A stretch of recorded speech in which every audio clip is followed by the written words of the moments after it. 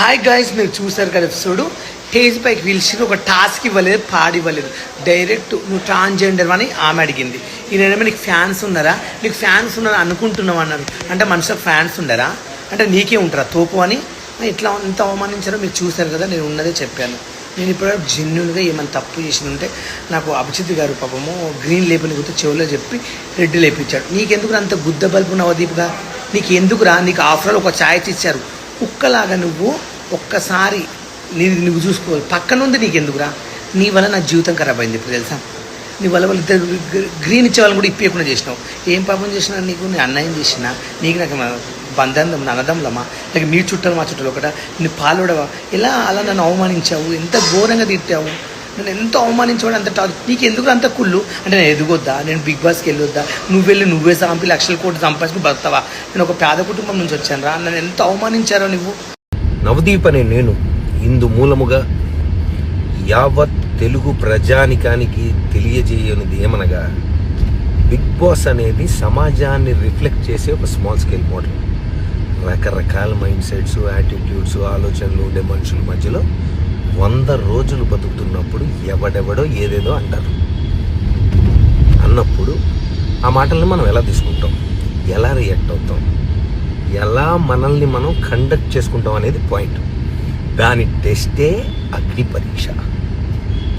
మాకు contestants data ఇస్తారు.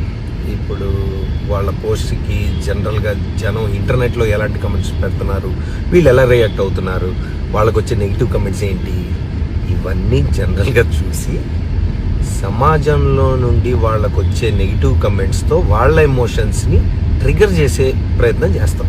Right? It will test their ability to conduct themselves. We have to test.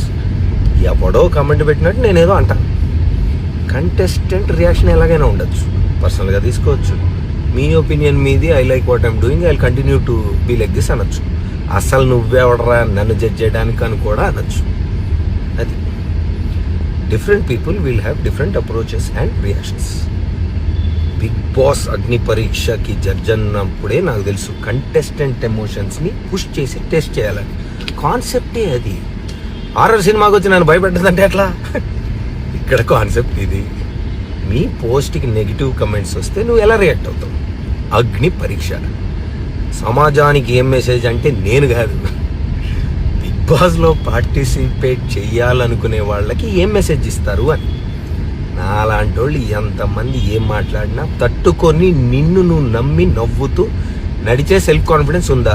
లేకపోతే break అయిపోయి ఇంట్లోంచి bag సర్దుకొని వెళ్ళిపోతావా? Agni Pariksha. The show is designed to do this.